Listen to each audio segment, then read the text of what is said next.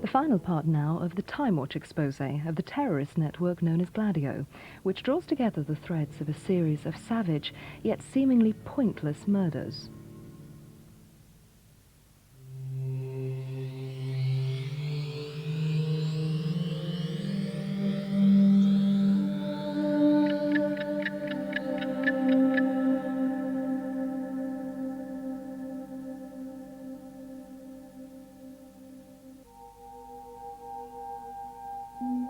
Years of innocence and peace in Belgium were shattered in the early 1980s. Citizens with no expectations of violence were murdered while shopping.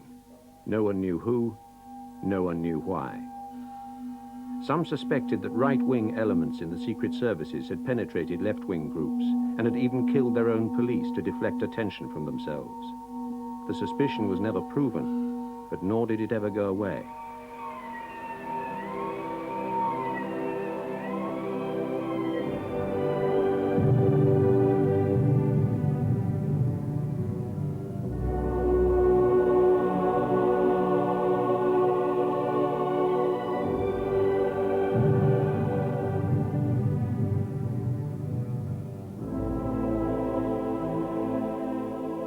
Top secret. There may be times when host country governments show passivity or indecision in the face of communist subversion. U.S. Army intelligence must have the means of launching special operations which will convince host country governments and public opinion of the reality of the insurgent danger. U.S. Army intelligence should seek to penetrate the insurgency by means of agents on special assignment, with the task of forming special action groups among the most radical elements of the insurgency.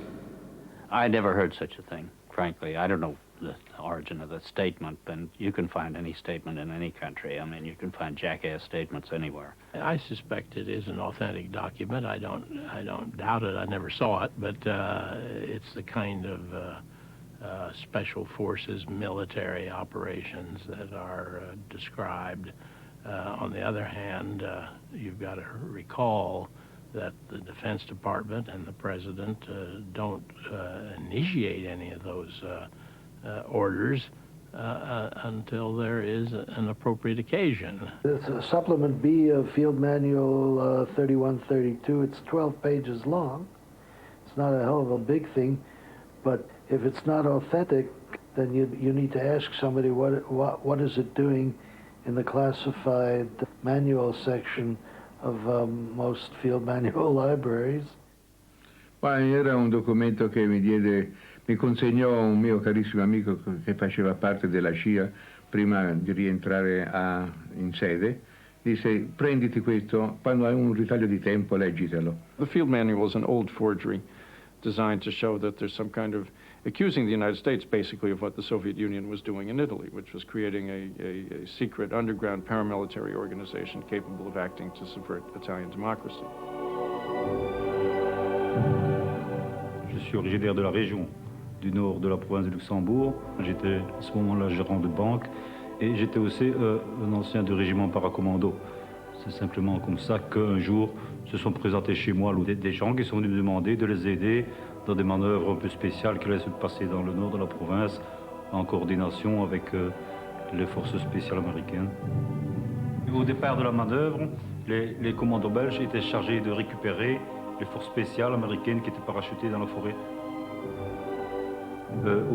Après cette opération, ils devaient se diriger donc vers des points de coordonnées et vers des attaques bien précises de casernement, de gendarmerie. Et j'avais chez moi le ravitaillement, les munitions, les relais radio, etc., pour coordonner les opérations. Un dimanche matin, nous avons appris dans les journaux, à la radio, qu'il y avait eu une attaque pendant la nuit sur un camp militaire d'une unité de chasseurs ardennais en Ardennes, ici en Belgique. Et je suis allé là-bas comme d'autres journalistes. On avait donc découpé les fils barbelés, on avait attaqué l'armurerie, on avait blessé en tirant le chef de poste et on était parti avec un certain nombre d'armes. J'ai pu pénétrer dans le camp parce que je connaissais certaines personnes Et à l'intérieur du camp, je me suis aperçu qu'il y avait des militaires étrangers, notamment des Américains. Quelques jours avant, il y avait eu des bavures, c'est-à-dire que les Américains étaient trop motivés. Ce sont des gens quand même qui ont, dans la quarantaine, tous officiers, c'est comme des mecs solides. Et ces gens-là ont joué le jeu un peu trop fort. Ils ont attaqué une caserne de gendarmerie dans la région de Neuchâtel. Ils ont même balancé une grenade défensive près de chez le procureur du roi, à Neuchâtel. Il y a une réaction du pouvoir civil en disant eh là, vos hommes, là, ils s'amusent un peu trop fort, on pousse un peu les choses trop loin. Donc c'est à ce moment-là que l'attaque de la caserne qui était programmée et que nous avions déjà été repérés 2-3 jours avant, a été annulée. Le jour de l'attaque, on nous a prévenu que ça ne se passerait pas, mais les Américains m'ont comme demandé de les conduire derrière la caserne, en stand-by, pour attaquer la caserne. Le lendemain, j'étais parti avec mon épouse ici du côté de Namur et j'ai entendu à la radio que la caserne avait été attaquée à minuit. L'attaque de la caserne, pour moi, je ne peux pas dire comment ça s'est passé, puisque ce jour-là, à 8 h du soir, moi je suis parti. Je les ai prévenus, moi je ne reste pas pour les opérations. Et pendant des semaines et des mois, l'explication que les enquêteurs civils nous donnaient, c'était qu'il s'agissait probablement d'une attaque menée soit par des bandits de droit commun, soit par des terroristes.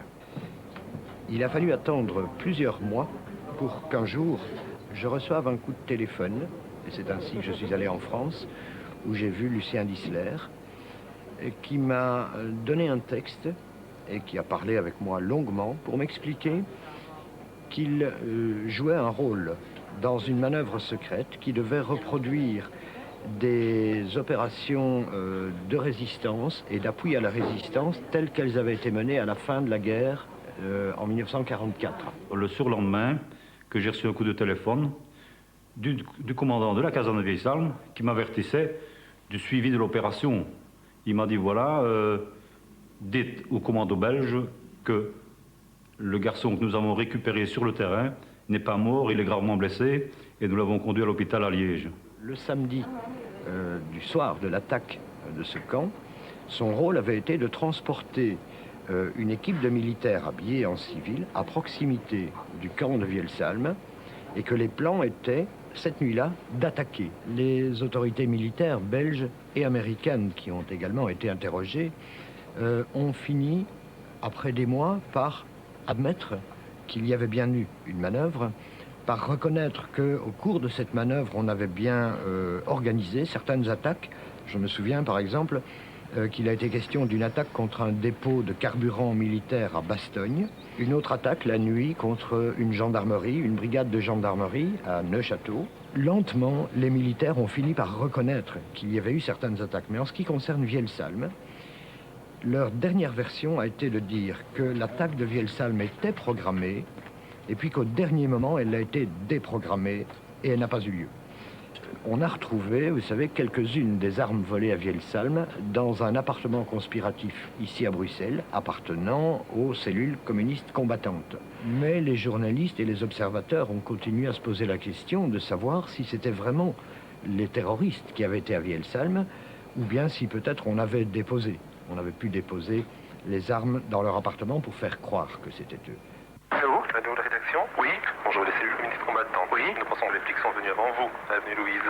Alors nous allons vous adresser un nouveau message. Il se trouve 26 avenue Général de Gaulle, en face de l'étang d'Ixelles, dans l'entrée en dessous des boîtes aux lettres. In cases where the infiltration of agents into the insurgent leadership has not been effectively implemented, it may help to utilize ultra-leftist organizations.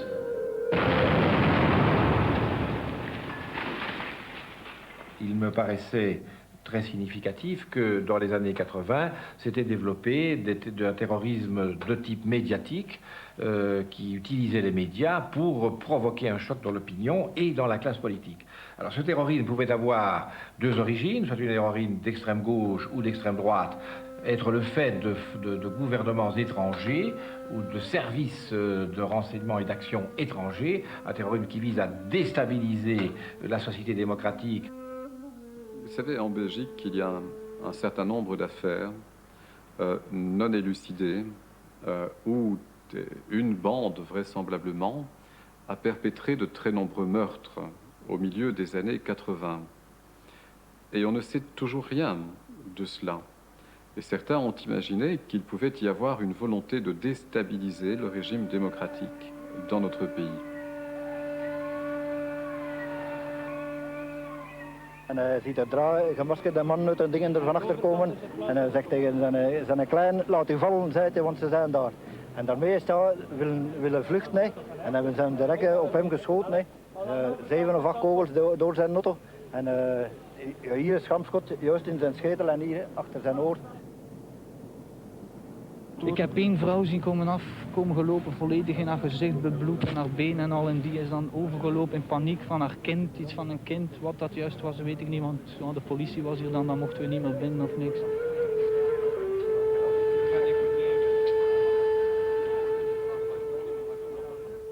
My name is Martial McCeux. I used to be with the Belgian Gendarmerie. I left Belgium in August '84 after precise death threat against my kids.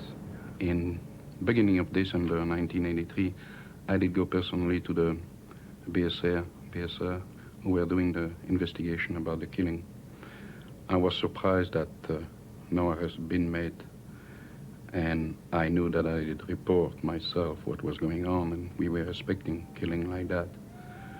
Random killing, going to supermarket and killing people, and even kids. I believe they killed about 30 people. So I told the gentleman I met, Lior Lice, member of the Gendarmerie or the army, are there involved in that. His answer was, shut up, you know, we know. Take care of your own business, get out of here.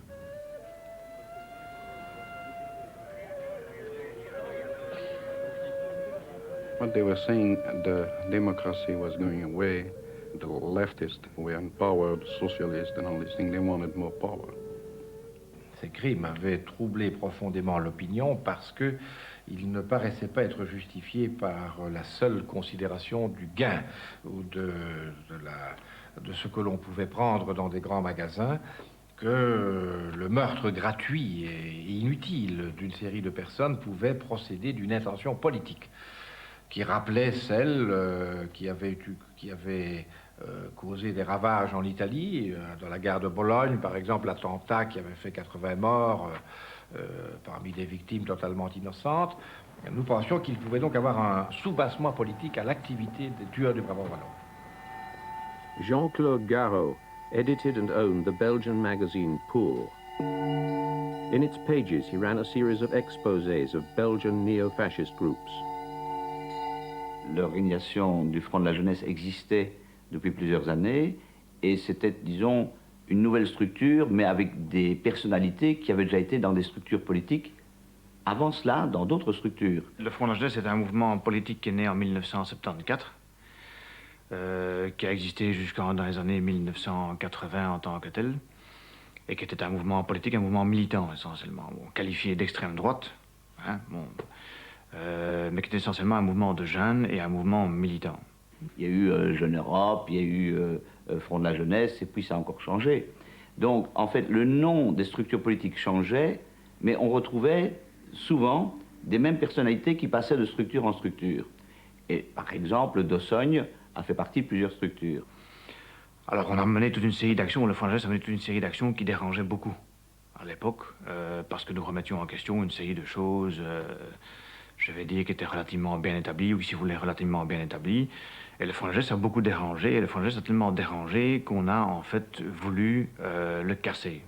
On soupçonnait qu'il y avait un centre nerveux décisionnel qui était entouré de cercles successifs qui déléguaient des tâches à chacune d'entre elles, avec naturellement un problème. C'est que plus les tâches étaient déléguées, quand elles arrivaient au cercle périphérique éloigné du centre nerveux, il y avait des erreurs. Dans les Ardennes, c'est une des erreurs de fonctionnement. Pour recréer, disons, l'ensemble de leur noyau d'intervention actif, donc paramilitaire, ils avaient besoin de former et d'encadrer des éléments d'extrême droite. Anciens paracommandos, anciens militaires, membres de la gendarmerie, militants d'extrême droite. On a condamné les militants du Front de la Jeunesse pour avoir tenu des camps soi-disant paramilitaires. En fait, à l'heure actuelle, si vous voyez ce que font les scouts, ou ce que font certaines sociétés en matière d'incentives, par exemple, ils font beaucoup plus que ce que le Front de la Jeunesse n'a jamais fait.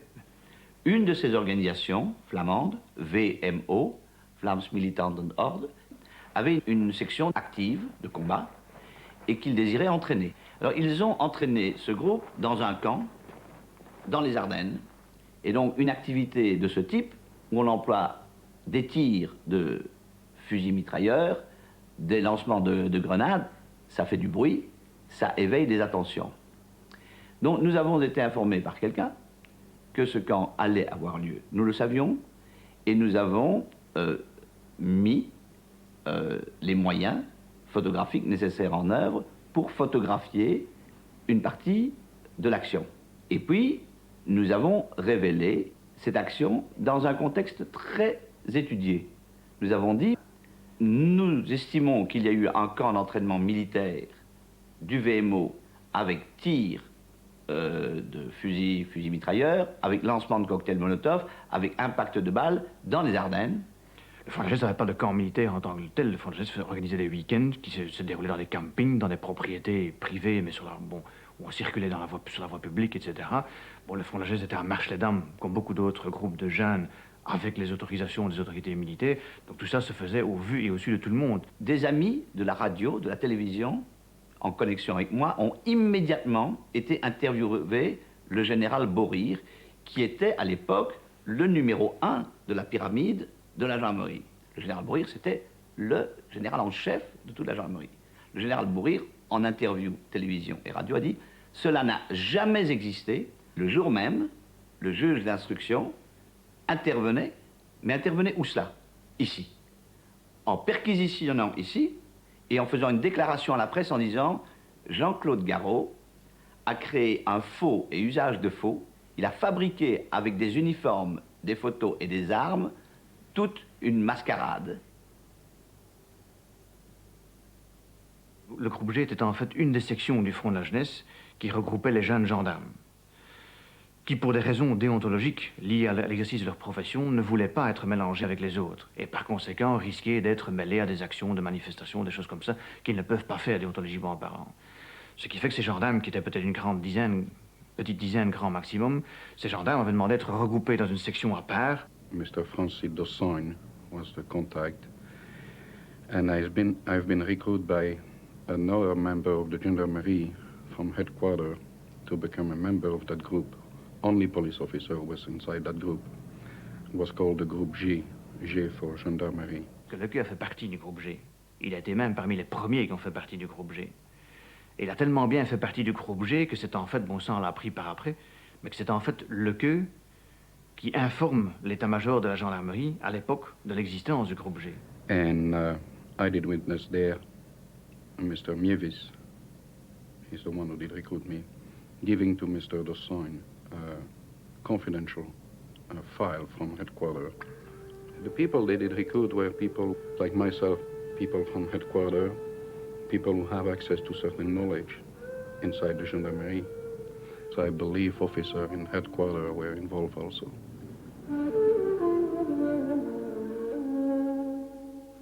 Paul Latinus a été découvert, alors qu'il était inconnu, lors d'une de mes interviews par hasard. Rapidement, j'ai mené une enquête. Et cette enquête m'a montré comment Paul Latinus avait été implanté dans le Front de la Jeunesse avec des missions bien particulières. D'apprendre au Front de la Jeunesse comment s'organiser dans des actions violentes. Attaque de café d'immigrés arabes, camp d'entraînement militaire, manière de se faire encadrer pour la surveillance. Alors la structure de Westland New Post, je rappelle aussi que c'est la structure identique pour tous les morceaux, pour tous les quartiers de la même tarte. C'est toujours le même principe. Vous avez un état-major au-dessus. Au-dessus de cet état-major, vous avez ces deux grandes directions qui apportent soit l'assistance économique, soit l'assistance de besoin, d'autorité immédiate. Bon, ces gens-là, en haut, on ne les connaît pas.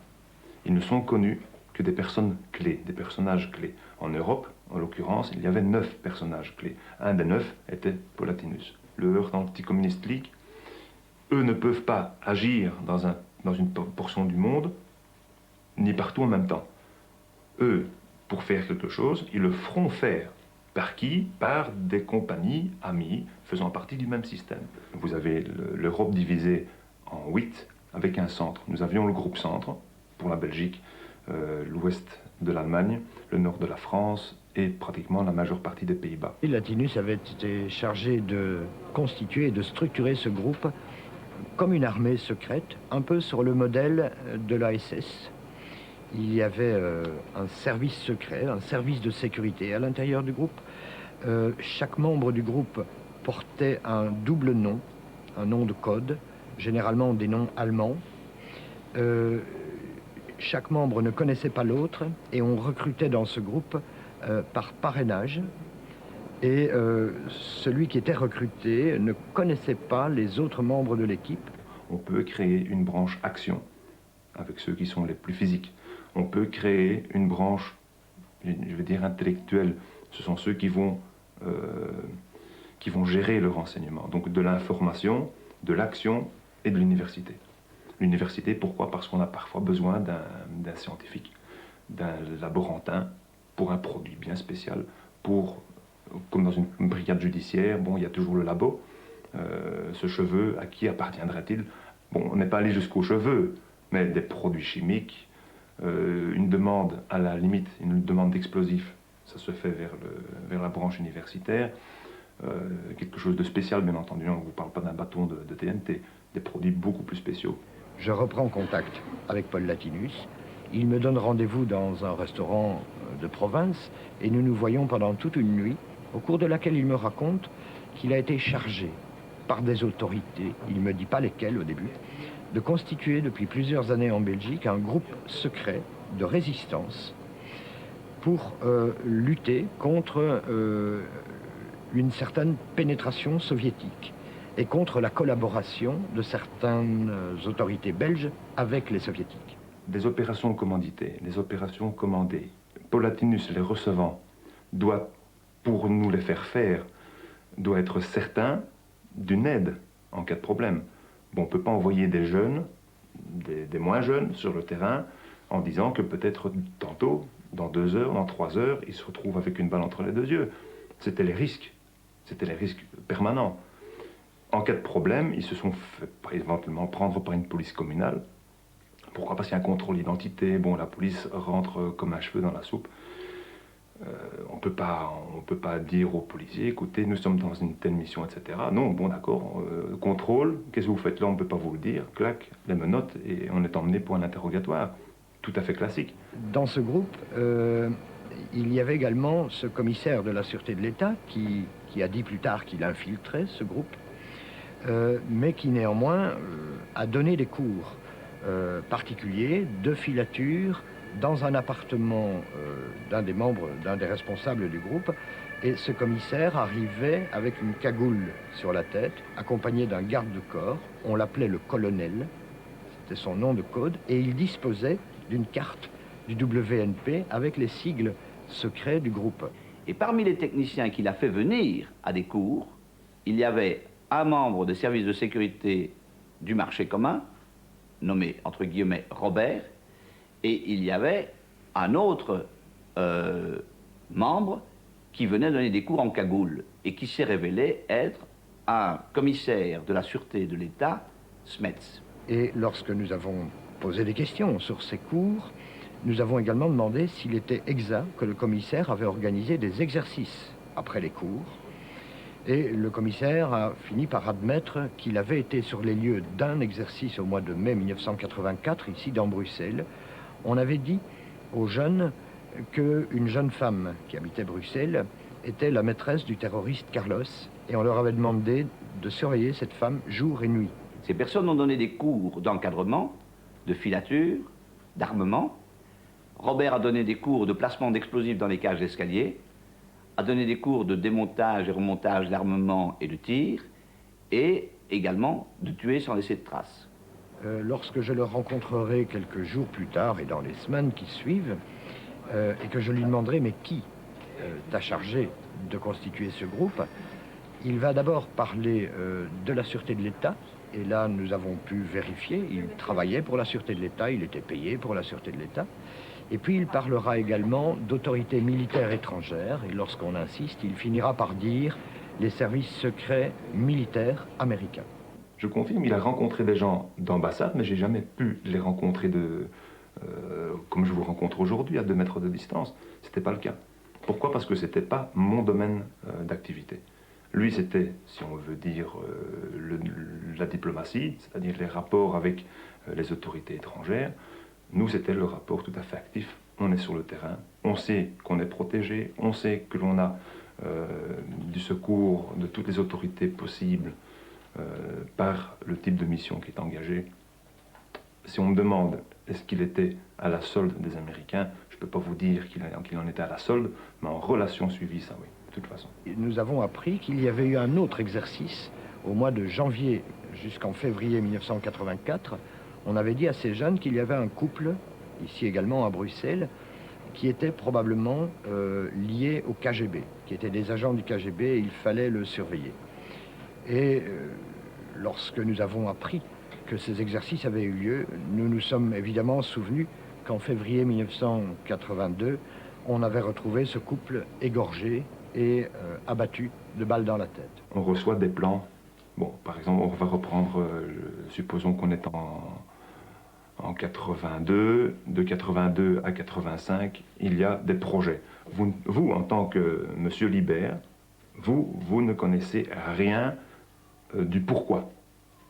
Vous ne connaissez rien du comment.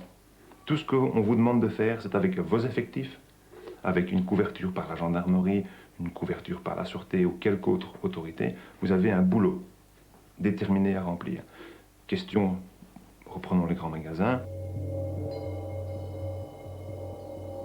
Question de savoir où se trouve-t-il, quels sont les types de fermeture, quel est le style d'inspection sur place qui va, oui ou non, pouvoir interférer dans les opérations. Donc s'il y a un inspecteur du magasin même présent pour fermer les portes, si c'est une compagnie extérieure comme un Securitas ou un Intergarde, on a reçu des ordres, on a exécuté, on a rentré nos avis, les heures d'ouverture, les heures de fermeture, tout ce que vous pouvez connaître sur un grand magasin, comment sont installés les rayons, etc. Savoir pourquoi et à quoi ça devait servir, c'est une parmi des centaines de missions qu'on vous demande, c'est une des choses que vous rentrez. Maintenant, l'usage qui en fera, ce que l'on en fera plus tard, ça c'est le grand point d'interrogation.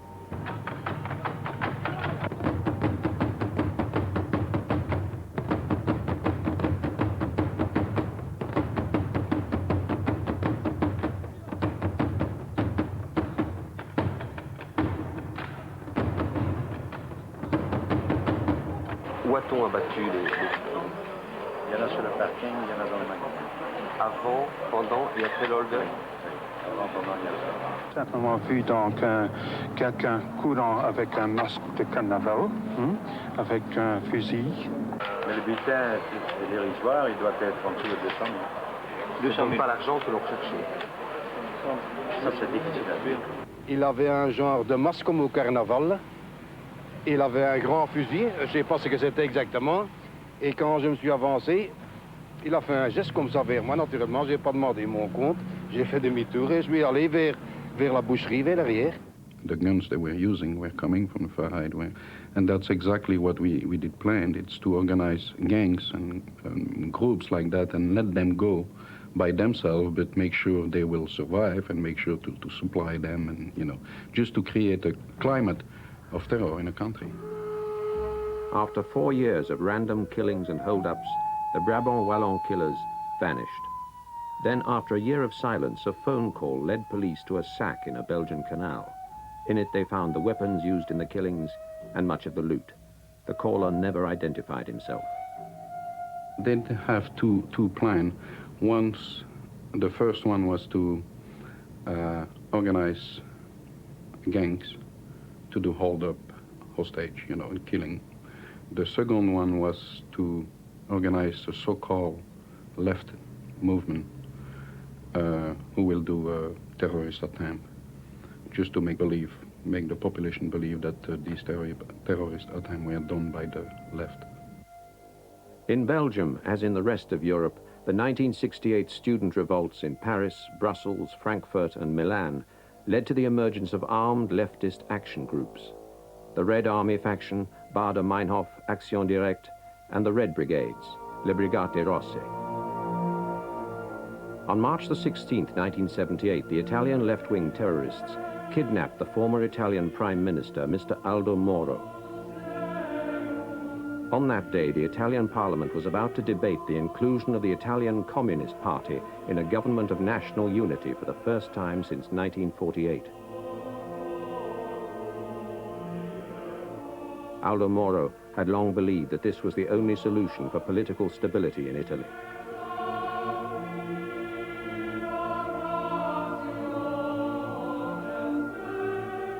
Brigata Rosso was penetrated.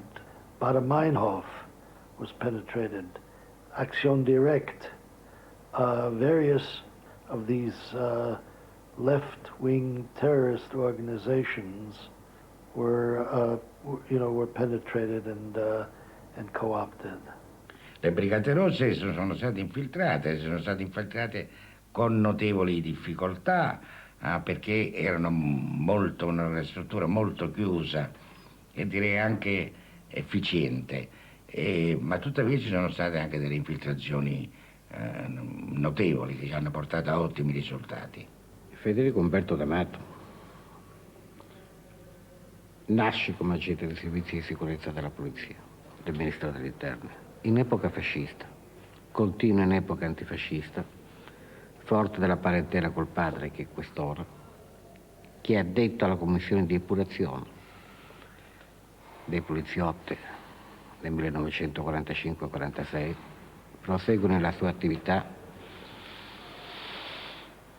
sempre a contatto con tutti i servizi segreti.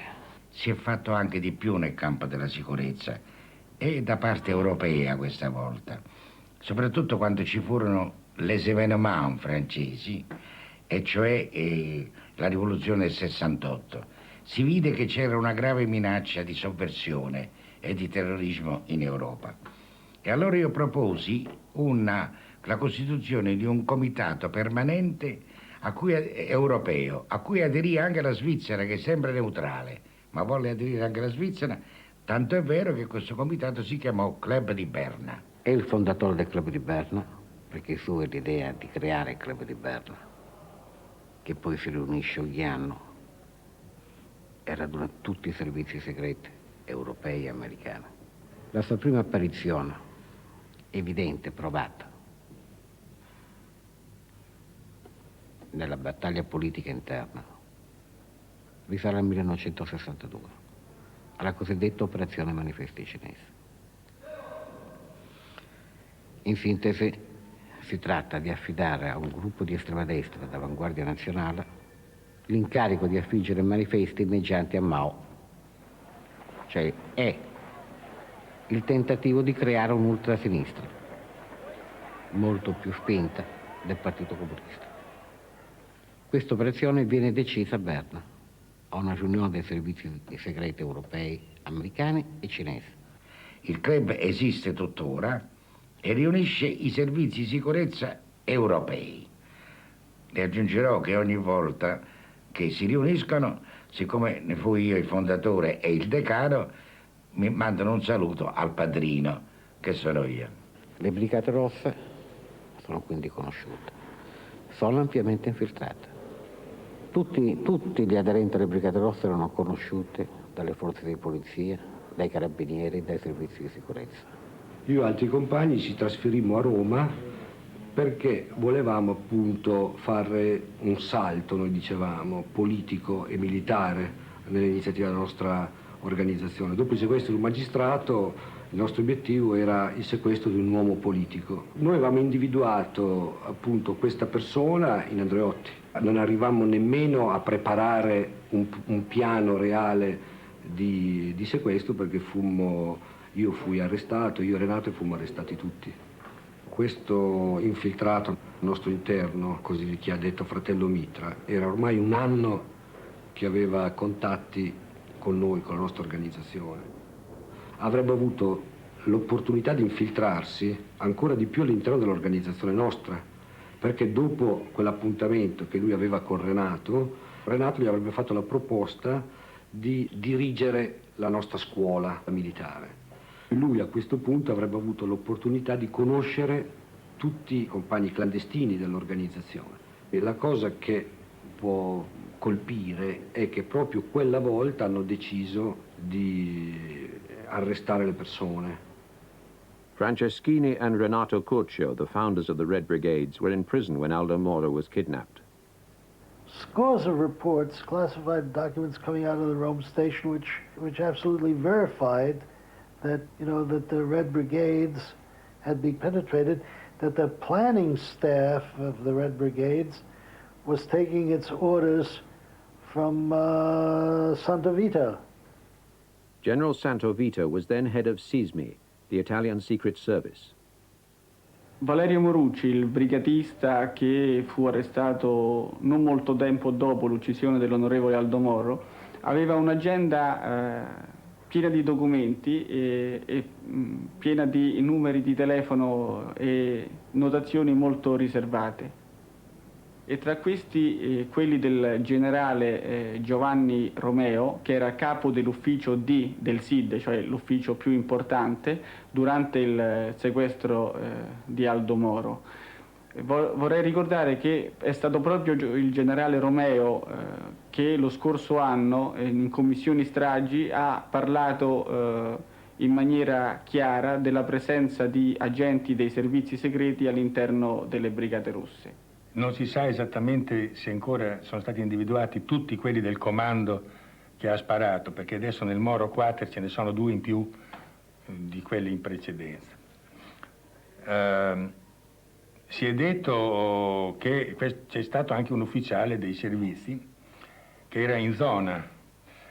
Questo, interrogato dai magistrati, dice che aveva motivi legittimi di lavoro familiari di stare un isolato vicino. La prima volta di Guglielmi se ne è parlato dopo le confessioni, le rivelazioni di Pierluigi Ravasio, che era un carabiniere che nel passato aveva lavorato presso il SISMI.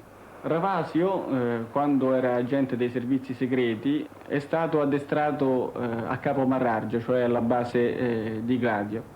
Pierluigi Ravasio ha detto che nell'Università di Roma i servizi segreti avevano un informatore che gli avvertì con anticipo che quella mattina del 16 marzo del 1978 Aldo Moro sarebbe stato rapito. Disse ancora che il colonnello Guglielmi andò in via Fani ma non riuscì a far nulla per evitare il rapimento e comunque aveva assistito al sequestro dell'onorevole Aldo Moro. Ravasio disse anche che Guglielmi era morto. In realtà Guglielmi non era morto ed è stato interrogato dal giudice romano Luigi De Ficchi e ha parzialmente confermato la storia di Ravasio, dicendo che quella mattina lui era nei pressi di via Fani ma non aveva assistito al rapimento. C'è una cosa piuttosto singolare nelle dichiarazioni di Guglielmi per il fatto che lui ha detto di essere andato a casa dell'amico perché lo aveva invitato a pranzo, però questo sarebbe accaduto alle 9 del mattino, che per un invito a pranzo è un pochino presto. Lui era dell'ufficio sicurezza interna e sembra da alcuni documenti usciti recentemente che sia stato uno degli addestratori di Capo Marraggio, che era in passato la base di Gladio. Sia mio marito, quando era ancora vivo, sia altre persone mi hanno detto che con precisione aveva, forse da dopo il 75 in avanti, forse un pochino dopo il 75, ecco, non ne saprei precisare la cosa molto. Gli era stato detto che questo suo tentativo di voler portare tutte le forze politiche a collaborare a livello di governo per il bene del paese era una cosa che non era apprezzata da certi gruppi, da certe persone, da certe correnti, e che quindi si guardasse da seguire questo suo pensiero e da, come dire, da insistere in questo suo progetto politico, perché avrebbe pagato caro questa sua cocciutaggine. La mia reazione, non solo la mia, ma un po' di tutti noi, è stata di grande stupore. Cioè stupore perché, innanzitutto perché per chi era Moro e cosa significava Moro. Cioè io non pensavo mai che i compagni fuori avessero la forza e la capacità di portare a termine un sequestro militarmente così complesso come era quello di Moro, che era il presidente della Democrazia Cristiana in quel momento. Quello che ci aveva colpito e meravigliato, credo tutti quanti, era quella che poi fu chiamata la geometrica potenza delle Brigate Rosse, perché noi ci ricordavamo un'organizzazione così fatta da ragazzotti, da ragazzi anche con poca esperienza militare, che nel giro di pochissimi anni era in grado di compiere, invece era stata capace invece di compiere un'azione militarmente complessa e difficile come il sequestro di Moro con l'uccisione della scorta nel centro di Roma. 49 dei 92 proiettili che furono ritrovati in via Fani erano ricoperti da una particolare vernice a lunga conservazione ed erano senza la data di fabbricazione. La prima perizia parlò di proiettili in uso a forze armate non convenzionali.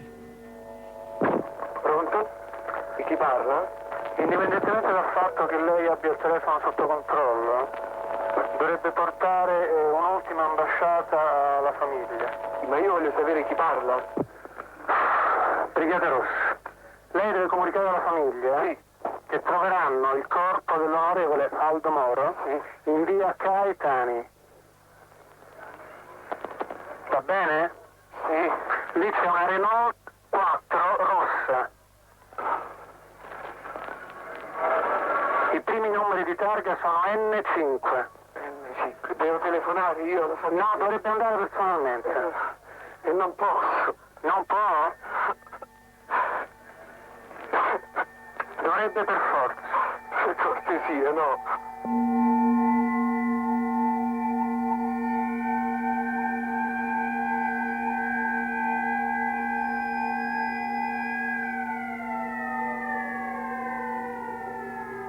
I cannot accept the disgraceful and ungrateful decision taken by the Christian Democratic Party. I will not absolve, nor will I exonerate anyone of their responsibility. No political or moral reason impels me to do so. My own cry joins that of my family, themselves wounded to death, and I hope that their cry will be heard independently. I don't believe the Christian Democratic Party has solved their problems by liquidating Moro. Because of this clear incompatibility, I request that at my funeral there be no one present representing the Italian state and no one from the political party. I ask to be accompanied by the few people who have really wished me well, those therefore that are worthy of accompanying me with their prayers and with their love. Kind regards, Aldo Moro.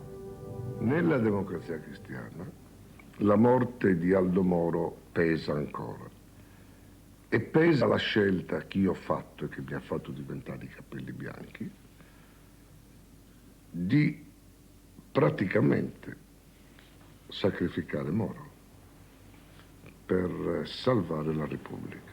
Nella tipografia delle Brigate Rosse, che fu scoperta immediatamente dopo l'uccisione di Aldo Moro, che era in via Pio Foà a Roma, fu trovata una stampatrice che proveniva dai servizi segreti, in particolare dal RUS, Raggruppamento Unità Speciali, che era il settore dei servizi segreti che si occupava del reclutamento dei gladiatori. By the time that Moro's body was discovered, the Italians had worked themselves into such a frenzy and such a terror about the Red Brigades that I think if the Red Brigades had appreciated just how frightened the Italian government was at that point, that they might actually have accomplished something. I mean, accomplished something political. The goal of terrorism, after all, is to terrorize. They had succeeded in terrorizing. They had terrorized the political class of Italy. Quando io parlo di ideale, io parlo oggi di un ideale di verità. Non è più un ideale ideologico. Io sono giunto alla conclusione non da oggi. che il fascismo è stata un'esperienza storica che è definitivamente tramontata, che è stata artefattamente mantenuta in vita. Quindi diciamo un ideale di verità rivolto non soltanto al passato ma anche al presente e al futuro. Questo ideale di verità esclude che io possa pentirmi di ciò che ho fatto, perché ciò che ho fatto, giusto o sbagliato che possa essere giudicato, l'ho fatto credendo profondamente e continuo a credere. E non posso quindi dissociarmi da questo passato. In cambio di cosa? Io voglio la verità che lo Stato nega. Posso mai concepire di dissociarmi per accettare dallo Stato quei benefici che concede a chi abiura e a chi riconosce un torto che non ha. Perché qui ci sono stati migliaia di ingannati, che sono stati dapprima ingannati, poi incarcerati e molti uccisi. Personalmente vorrei sapere anche perché mi sto facendo 17 anni di carcere. Cioè, cosa veramente, chi veramente può aver usato la mia vita? Cioè, mentre io credevo di muovermi in una certa direzione, forse c'era qualcuno, senza che io me ne rendessi conto, che mi faceva procedere in un'altra direzione. Io vorrei saperlo. Questi pupazzi, questi che i francesi chiamano automat e che noi chiamiamo automi, da automatos, cioè movimento automatico, e sono appunto questo tentativo di dar vita a un movimento, di dar vita a una vita che non esiste, ma che tuttavia appare nella sua immobilità e nel suo movimento, come lei vedrà, deliziosa. Qui ci troviamo con un automa che in fondo riassume un po' il nostro argomento. Direi che questo è l'automa della politica, questo è il giocoliere, le jongleur.